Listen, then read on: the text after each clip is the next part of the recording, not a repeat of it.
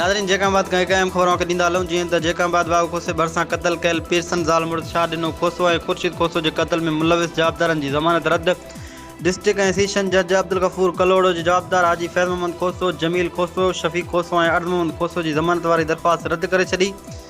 जवाबदार ज़मानत रद्द थियण खां पोइ अदालत खां फ़रार थी विया। खेनि पुलिस डोड़ाए जवाबदारनि खे गिरफ़्तार करे वरितो।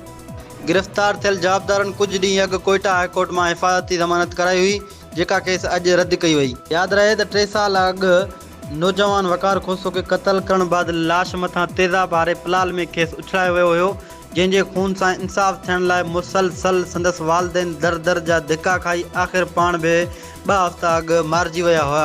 जंहिं पीरसन वालिदैन जो केस 2 हफ़्ता अॻु बाबू खोसे जे थाणे ते दाख़िल थियो।